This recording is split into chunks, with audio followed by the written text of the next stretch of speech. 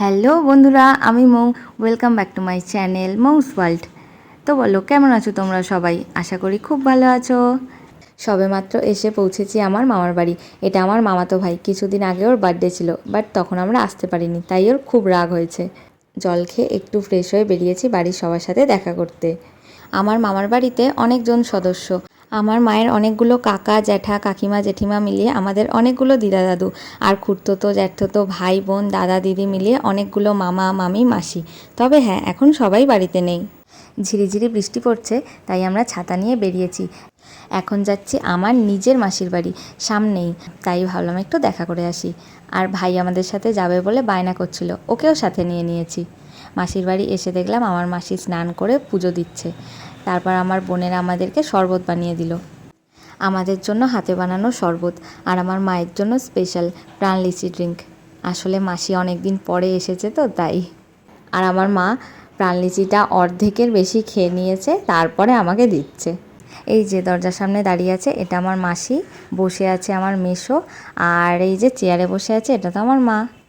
আমার মাসিদের গরু আছে, কিছুদিন আগে গরুর বাছুর হয়েছে, তাই এখন গরু অনেক দুধ দেয়।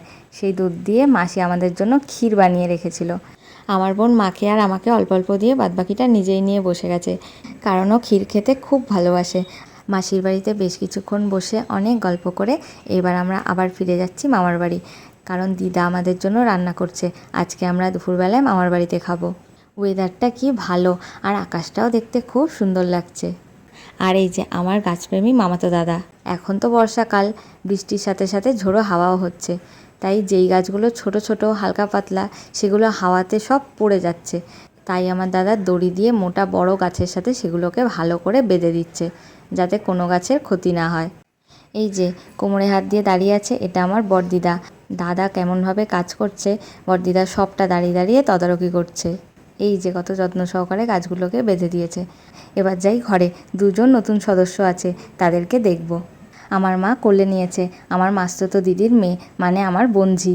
আর এইটা আমার মাস্তুতো বোনের ছেলে, মানে কি হবে, বোনপো। ওকে এখন খাওয়াচ্ছে, আর ওকে খাওয়ানো মানে যুদ্ধ করা, কারণ ও একটুও খেতে চায় না। আর এই যে আমার দিদির মেয়েটা চুপটি করে কোলে আছে, ও খুব শান্ত, একটুও কাঁদে না। এখন দুপুরবেলা আমরা এবার খেতে বসেছি। মামার বাড়িতে এলে আমি আর বোন বায়না করি কলাপাতায় খাবো, তাই আমার মামা কলাপাতা কেটে এনেছে, আর আমার মামি আর দিদা মিলে খেতে দিচ্ছে। ভাত ডাল পটল ভাজা মাছের মাথা দিয়ে সবজির তরকারি, আর একটা খুব ইউনিক খাবার ছিল ঝিনুকের ঝাল। এটা আমি অনেক দিন পরে খেলাম, আমার খুব ভালো লেগেছে। একবার খেয়েছিলাম, তখন আমি অনেক ছোট ছিলাম, আর এটা আমি সেকেন্ড টাইম খাচ্ছি।